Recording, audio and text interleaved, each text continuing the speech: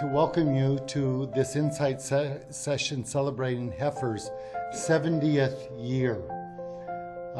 My name is Jay Whitmire. I'm the Executive Director of the Church of the Brethren's Global Mission and Service Program, and I've been appointed by the Church of the Brethren to sit on Heifer's board. Heifer, the Church of the Brethren, because we are the founding denomination for Heifer, have a permanent seat on the board. I also sit on the governance committee. I was on the membership committee, and I chair the governance committee, and I sit on the executive committee currently. I've been on the board since 2011, I believe, and have seen a number of Heifer projects, including in Nepal. Tonight our guest speaker will be Peggy Reiff Miller, who is identified in Heifer and Heifer circles as an unofficial historian, someone who is incredibly committed, academic, and focused on the work. There's several things I could say about this, but one thing in particular, I had two high school children see part of this presentation last November in Indiana at Camp Mac, and they were mesmerized. They had been studying World War II, and to see the work to help rebuild Europe after the war was something they hadn't seen. And to see the pictures before the war or during the war and then after the restoration is quite something very powerful to see it, to sit there with them and to see it. I think it's a wonderful story. Heifer continues to do amazing work to really pull people out of poverty in new and special ways. So I look forward to this story. And without Brethren core values really guiding that work, and Heifer identifies that, without the Brethren core values that Brethren have given it, it would not be where it is today. So I look forward to this presentation, and whatever I haven't filled in, I'm sure Peggy will. So Peggy, thank you very much for all your work. You're welcome.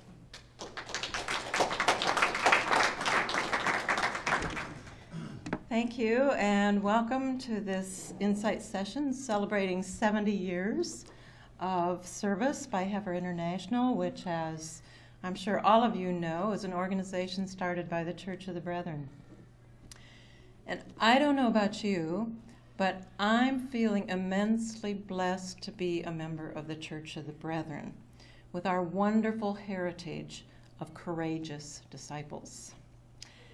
And I'm also feeling blessed to somehow have been called to this work of researching and documenting the history of two Brethren-related programs, the Seagoing Cowboys and the Heifer Project.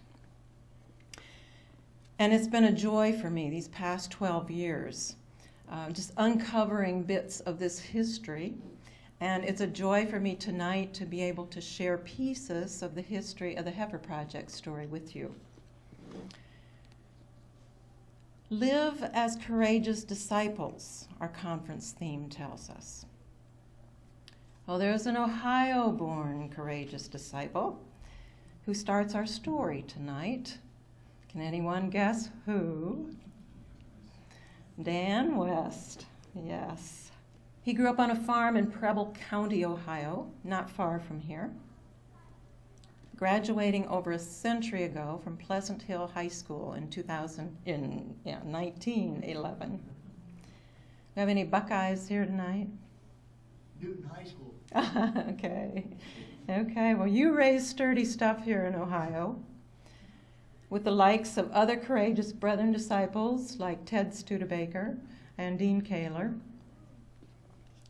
Now, Dan West didn't put a whole lot of stock in academic degrees. His interest was in the learning, not in the paper, in the degree, in the diploma. But at age 23, he did graduate from Manchester College in 1917 during World War I with a 2-year A.B. degree. And while there, Dan was on the debate team, honing his skills in persuasion. Then he was drafted into the Army. And those debate skills paid off for him. World War I had totally caught the peace churches, the Quakers, the Mennonites, the Brethren, off guard, with no provision for their conscientious objectors. And I'll let Dan tell you, in his own words, written some 35 years later, what his goals were at the time. And this was when he was addressing a group of BVSers at the end of their terms of service when they were working on setting their own goals for their futures. Dan says, "There was not any alternative service then, but I was a CO. After a few weeks, I was transferred to the 39th Machine Gun Battalion. When I got there, I went to my new captain to get released. He cursed me hard, evidently to change my mind, but he didn't. A few hours later, I went back with a new idea, to offer to go to the Fort Leavenworth Penitentiary. My captain did not curse me anymore, but he said he could not move me on then. After a few hard weeks, I was assigned to the Quartermaster Corps. There, I did not kill anybody, but I felt a part of a killing machine. That still hurts my conscience, and I developed a new goal, to work for peace, not for war. That has lasted ever since." And Dan ends with this quote from Abe Lincoln: "I am not bound to succeed, but I am bound to live up to what light I have."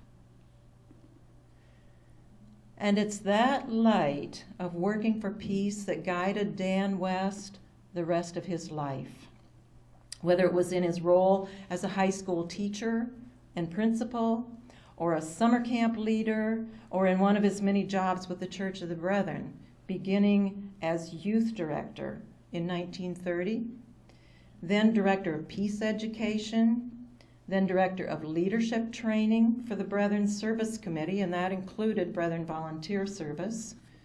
Do we have anyone here tonight who was in one of those training sessions by Dan West? Yes, several of you. And I was too, in a youth leader lab when I was in high school. With his passion for peace then, it came as no surprise that Dan was the one selected by the Church of the Brethren to be the salaried representative to a Quaker relief program in Spain during the Spanish Civil War in 1937. While there, Dan observed the doling out of a limited supply of reconstituted powdered milk to infants, basically on a triage basis. Infants that weren't gaining weight were taken off the list to die. And this bothered Dan and his colleagues. In a 1945 report, Dan said they thought, why not bring cows over so that more children are fed and people are able to help themselves? The grass grows there too when it rains, he said. Well, Dan relentlessly promoted this idea after he got home. In early 1938 to northern Indiana, where his family had just moved from Pennsylvania. He spoke with neighbors, with churches, with government officials, with anybody who would listen. And it took 4 years, but his plan was finally adopted by the Church of the Brethren Men's Work of northern Indiana in April 1942. And then in January 1943, after having earlier approved the plan in principle, the Brethren Service Committee adopted the Heifer Project as an official program of the denomination. Well, the idea caught on. Local committees were formed, and farmers started raising and donating heifers. And the first heifer was Faith, donated by Virgil Mock of New Paris, Indiana, and raised on the farm of O.W. Stein by his teenage son, Claire. Virgil Mock on the left, and Claire on the right there with Faith. Other denominations were invited to join, and they began sending representatives to the Heifer Project committee meetings, making it an ecumenical program pretty much from the start. And this ecumenical aspect of the program gave it a strength far greater than what a small denomination like the Church of the Brethren could have had on its own, and led to its incorporation in 1953. So for its first decade, the Heifer Project was a Brethren Service Committee program, but yet an ecumenical hybrid. It was just an incredible arrangement. Once the Heifer Project took off, there were soon hundreds of heifers ready to go. But this was 1943, remember, and World War II was raging. So shipping animals across the Atlantic was just out of the question. So the first shipment was sent to, anybody know, Puerto Rico. 18 pregnant heifers left by rail from Napanee, Indiana, June 12, 1944, 70 years ago this summer. They were headed for Mobile, Alabama. 17 of those heifers left Mobile, Alabama on the SS William D. Bloxham, July 14, 1944. One had gotten sick and had to stay behind. Well, 16 of those 17, plus 2 calves born on the way, arrived in San Juan, Puerto Rico, where they were distributed to farmers around the island. One heifer had died on the ship, giving birth to its calf. Now this is Faith, and her calf is under the man's arm there in Puerto Rico. And Wayne Hostetler of Orrville, Ohio, which also is not far from here, accompanied the heifers on their voyage.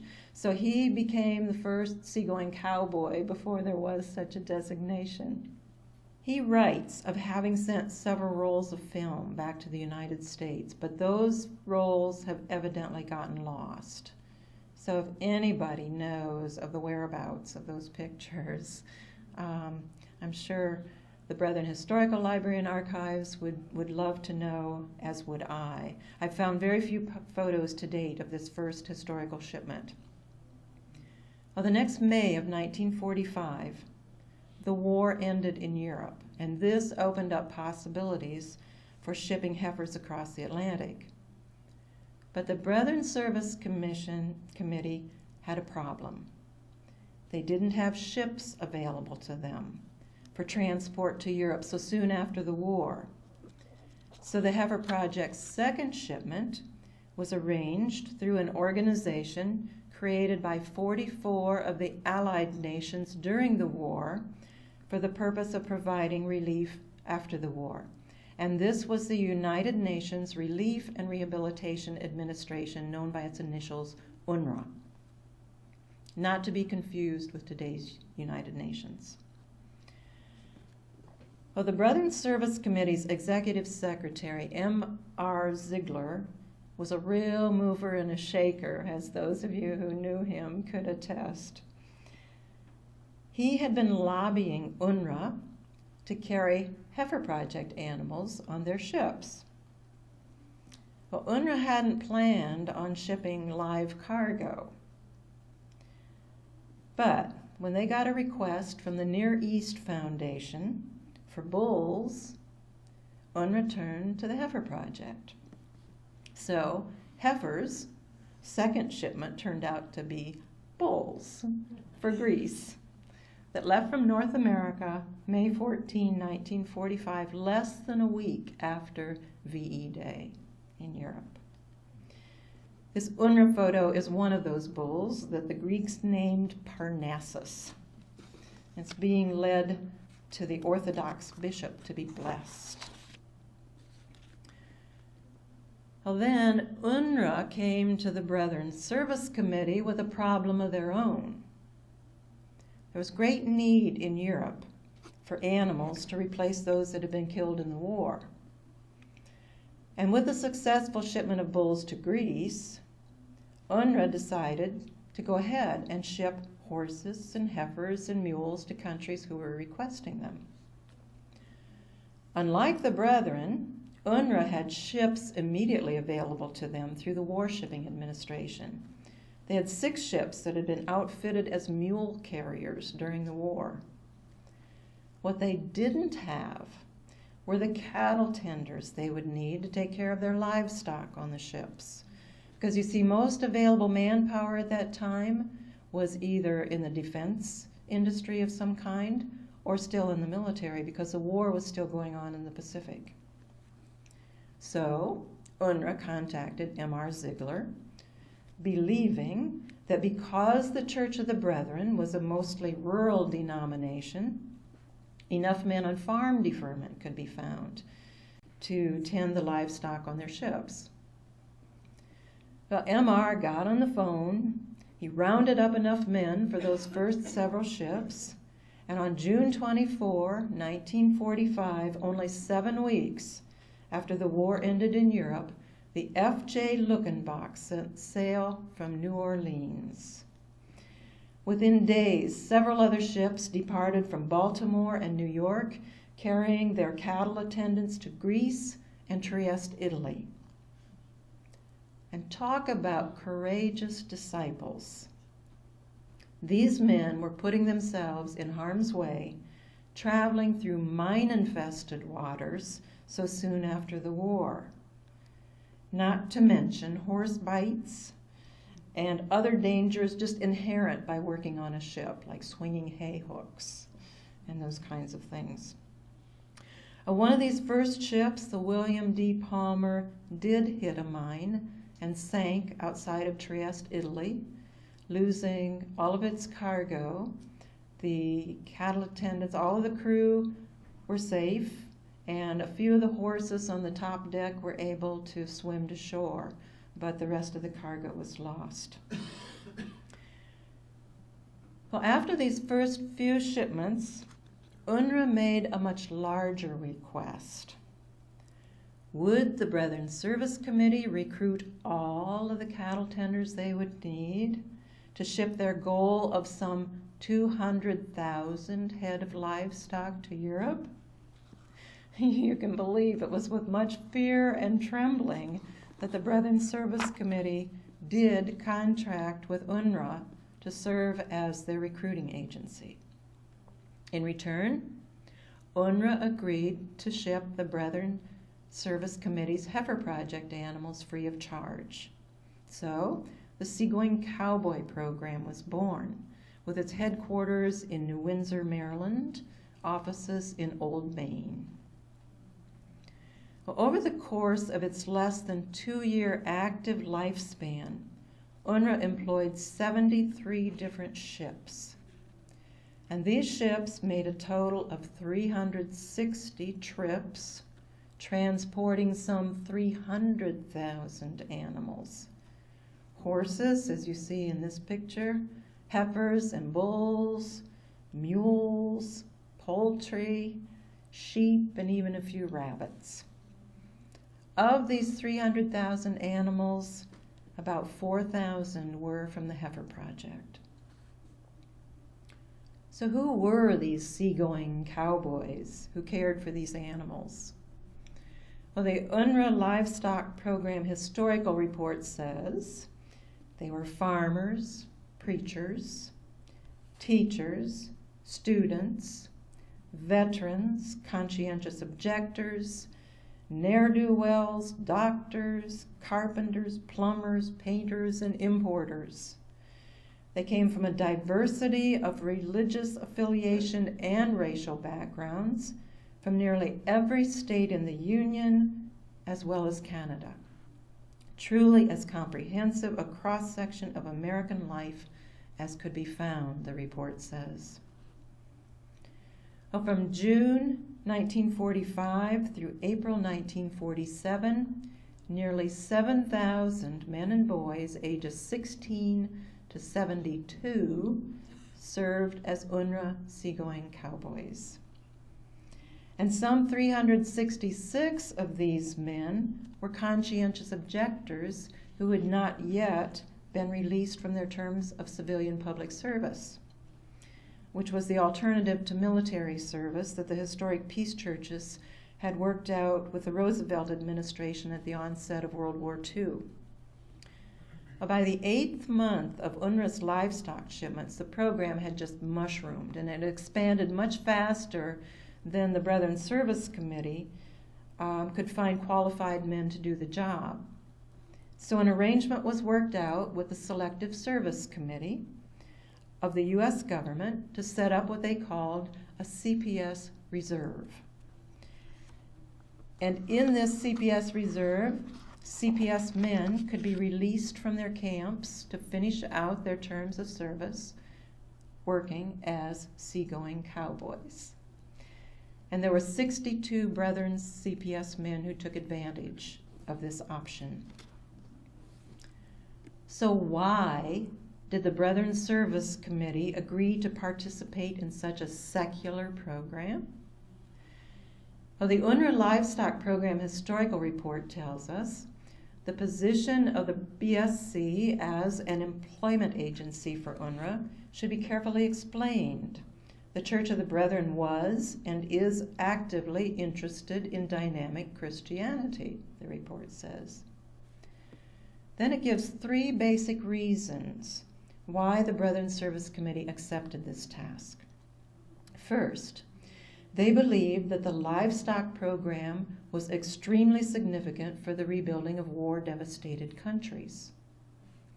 And they believed that the trips would be, quote, an unusually broadening and educational experience, unquote. And that this experience, they thought, would create an increased interest in the relief program and give the men a better understanding of the effects of war on the lives of people, and an active desire to build a better world. And the report says, I quote, "These may have been idealistic motivations, but numerous examples can now be cited to prove the justification of such reasoning." End of quote. And one of those reasonings, that of creating increased interest in the relief program, bore fruit for the Heifer Project when UNRRA disbanded. The loss of free shipping left the Heifer Project at a critical juncture. With little money on hand, they could easily have just blessed what they had done and terminated the program. But the seagoing cowboys came home telling stories of the devastation that they had seen and the tremendous need overseas, telling stories to their churches, their schools, their newspapers. And their stories helped build the momentum that kept the Heifer Project alive. Another force at work here was the grassroots nature of the organization. It was built on the back of a multitude of volunteers all across the country, more courageous disciples who had invested countless hours and resources in committee meetings, in raising heifers, transporting heifers across the country, and raising the money to pay for it all, bringing to reality an idea that even Dan West's wife had called an impossible dream. Are there any of those early volunteers here tonight who helped raise heifers or transport heifers? Well, as heifer continued on after UNRRA, the seagoing cowboy program then was transferred from the Brethren Service Committee to the Heifer Project Committee.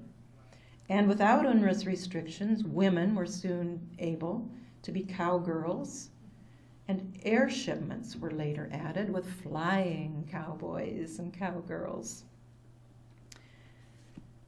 Heifer's first shipment after UNRRA then was 25 bulls to Japan, a former enemy country, in April of 1947. Shipments of goats followed. Then heifers were sent to Italy another enemy country during the war. And in 1949, Heifer began a decade of shipments to Germany to help this former enemy resettle people of German descent who had been evicted from their homes in Eastern Europe and sent back to Germany at the end of the war. You see a pattern here. The Brethren Service Committee was very intent on using these Heifer Project shipments for building peace. And after incorporation, Heifer Project Incorporated continued this effort with a shipment to Russia in 1956 at the height of the Cold War. Seagoing cowboys accompanied all of these shipments, more courageous disciples who were able to extend the hand of peace and reconciliation when they had opportunity to interact with recipients or officials in the receiving countries. I'm going to fast forward to the present now, because I promised in the conference booklet description for this insight session to address how the lives of recipients had been changed. Last fall, I had the opportunity to travel to Germany and Poland, where I was able to meet recipients of Heifer Project animals from 1945 and 1950, and to hear their stories.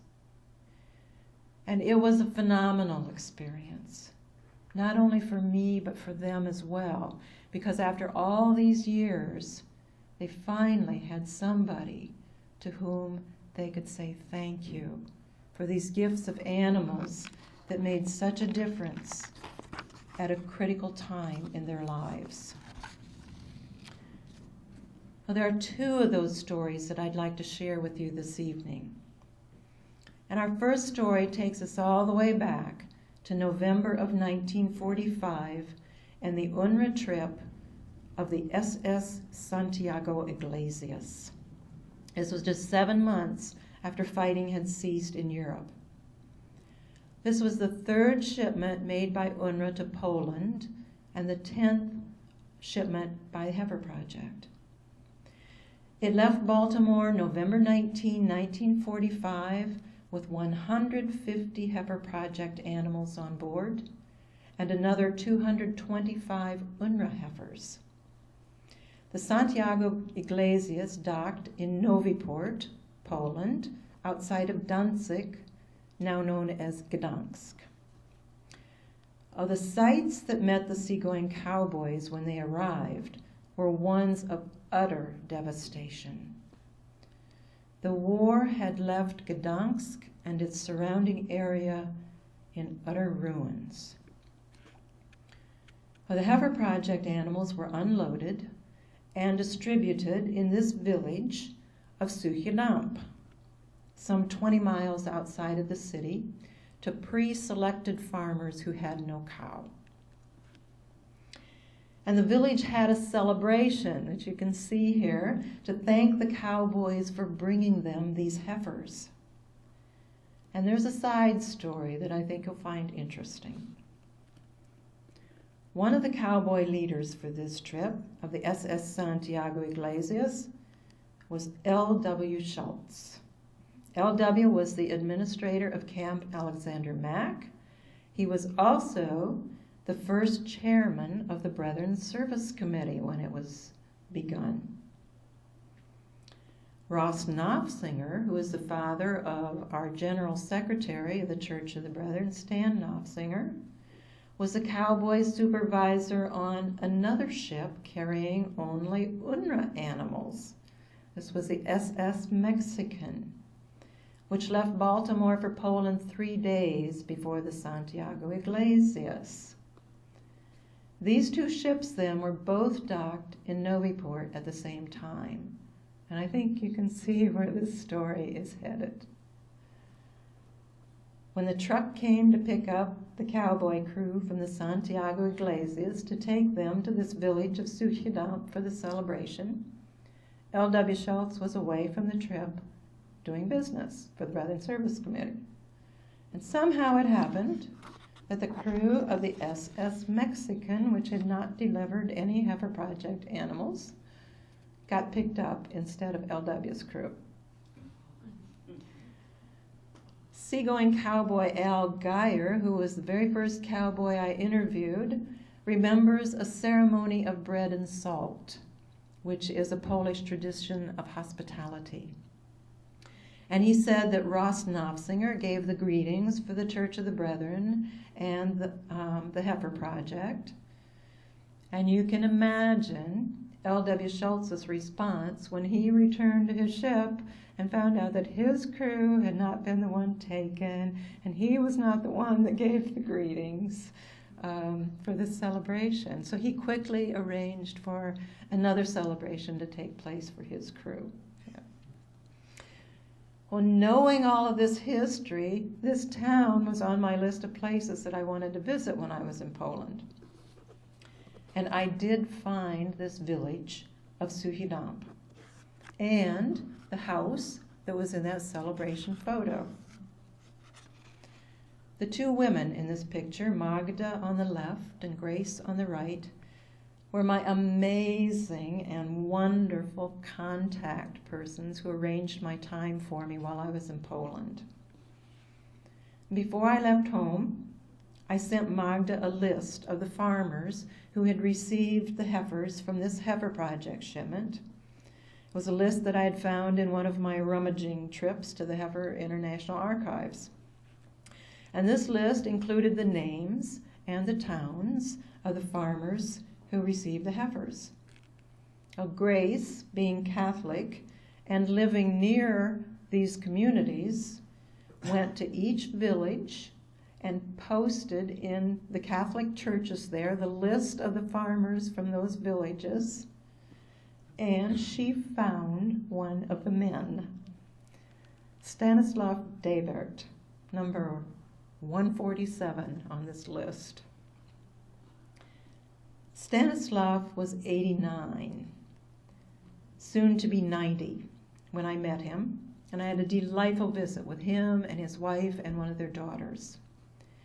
And with Magda interpreting for me, I was able to hear Stanislav's story. After World War II, Europe was just a mass of shifting populations as country borders and control of countries changed. People of German heritage who were living in the Eastern European countries were sent back to Germany, no matter how many generations they had been living in those countries. Before the war, the area of Poland around Gdansk had been part of Germany. So the Germans had to flee at the end of the war. There were a lot of Mennonites living in that area who were caught up in that because they were German-speaking. Stanislav, on the other hand, had to flee from one area of Poland to another for whatever reason. And he fled to Gdansk. He said he left his town of Kielce clinging to the roof of a train with only the clothes on his back. He and his wife and small child then resettled in one of those abandoned houses on a farm outside of Gdansk, 123 acres, to start their new life. And he told me when they got there, there was nothing to eat. No fruits, no vegetables. And he said their heifer that they got from the Heifer Project, along with 2 horses they got from UNRRA and staple food goods they got from UNRRA, is what helped them survive. Their heifer, in fact, was so important to them that they kept her in the house with them so that the Russians would not steal her, because the Russians were occupying Poland at the time. Well, she was their only cow for 5 years until she got sick and had to be put down. And even today, it brought tears to Stanislav's eyes to tell me what a sad day that was for their family. And when it came time for me to leave, Stanislav said, through my interpreter, I didn't expect so many emotions today, that someone would find us on a list in America and remember us so many years later. He wanted to know, how can I thank the people for this gift of an animal? And I said, you just did. I said, I will see that your thanks gets passed on. So I share with you, who have been heifer supporters through the years, the gratitude of Stanislav and his family. His son now runs the farm, which has doubled in size. The second recipient story I'd like to share with you comes from Germany, where heifer began delivering animals in 1949, as I said earlier, and this continued for a decade through the 1950s. Many of the cowboys who went on these shipments, by the way, were BVSers, who used the cattle boat trip as their transportation to Europe. And Glenn Miller emailed me this week to say he had the shipping case of one of those cowboy BVSers, Kelly Day, and that's the case that you saw when you came in the room this evening. As I said in Stanislav's story, the Eastern European countries, and there were even some Western European countries, who sent people of German heritage back to Germany at the end of the war. And you can imagine what a huge dilemma this created for the German government. They had to find places to resettle some 12 million of these displaced persons. One area selected by the government was that of the Reichswald, which means rich forest. It was a forested area in northwestern Germany near on the Holland border, where fighting had taken place during the war, damaging the forest. A land was cleared for 3 communities, and plots were assigned to families who applied and were accepted. And it was to this Reichswald settlement that 42 heifers were delivered by the Heifer Project in June of 1950. And I had the amazing opportunity while I was there to meet with 11 families, members of 11 of those families. You can see on this map the many countries that these Reichswald settlers came from, many different areas. And I asked them, I said, was it hard to form a community having come from so many different places? And their immediate response was no. They said, our need welded us together. We all had nothing. Oh, the next day I had tea with the Quelling family. You'll see Mariana on the left and her older brother Cornelius next to me on the right. Their family lived in a lovely large house in Silesia, which was just north of the Czechoslovakian border. Their father had been mayor of the village there. During the war, the Russians would make periodic attacks on their village, and their father would have to go into hiding for a period of time. Well, the family, during one such attack, was fleeing the village in their carriage, and Mariana said that the Russian soldiers jumped in one door of the carriage. Her mother, with her baby in the arms, jumped out the other side of the carriage and ran off into the woods to hide, to avoid being raped, because that's what the Russian soldiers were doing. So, these children were still in the carriage, caravanning out of town with the others who were leaving. And they said it took them 6 weeks to find their way back home. And you can imagine the stress these parents were feeling until those children arrived safely home. When the family had to flee for good in 1945, Cornelius was 12 years old, and I think Mariana was around 5. She said this family spent the next 4 years going from various refugee camp to cathedral to castle, wherever refugees were accommodated.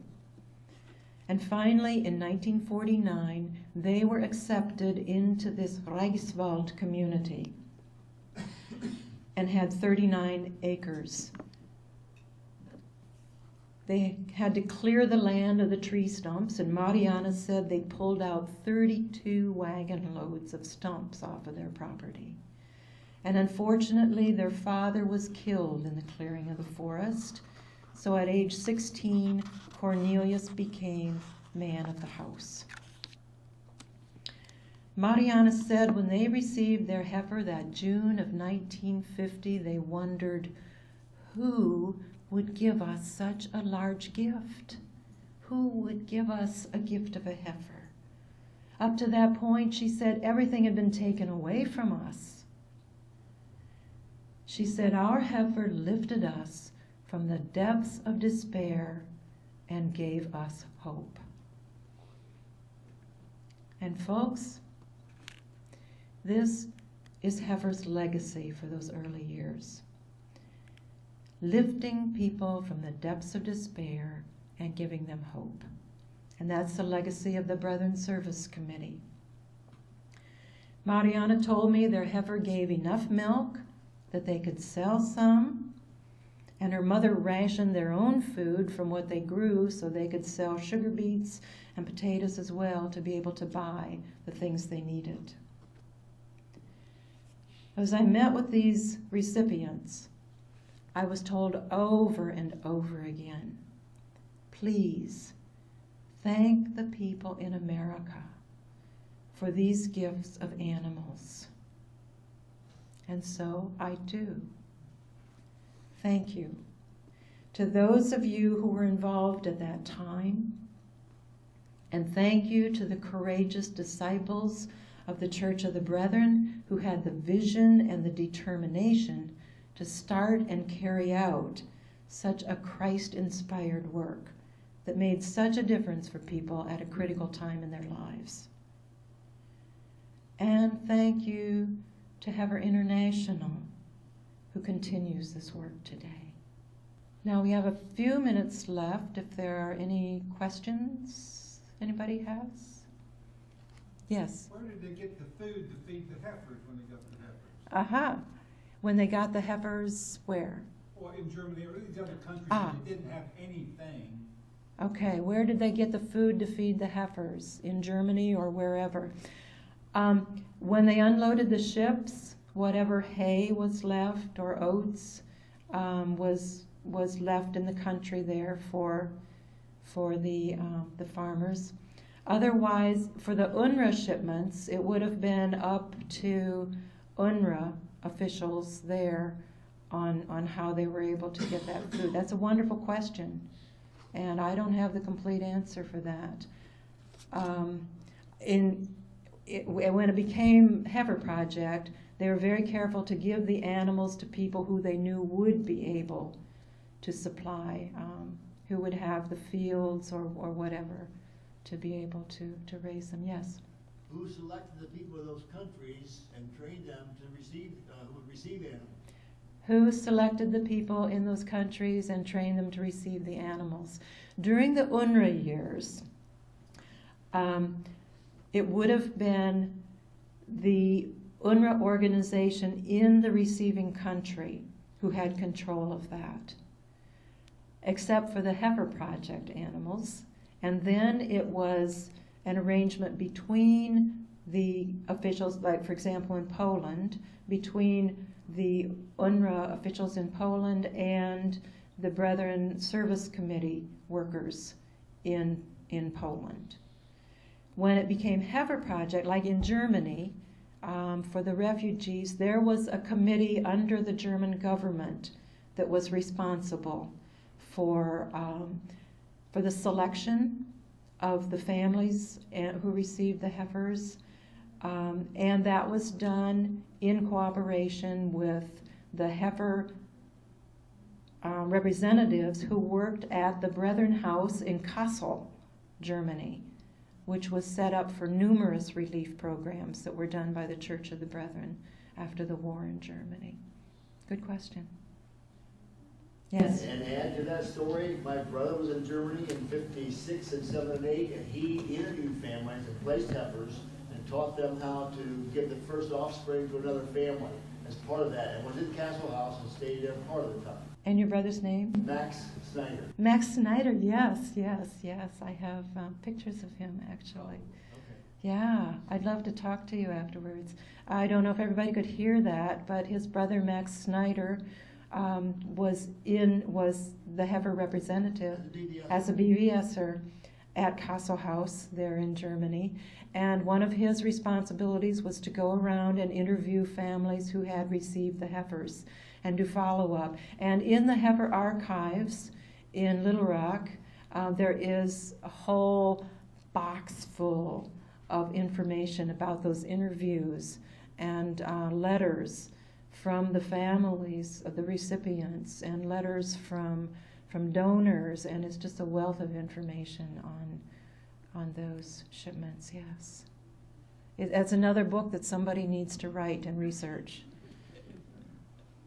While some of those, like the recipients that I met, while those families are still around, yeah.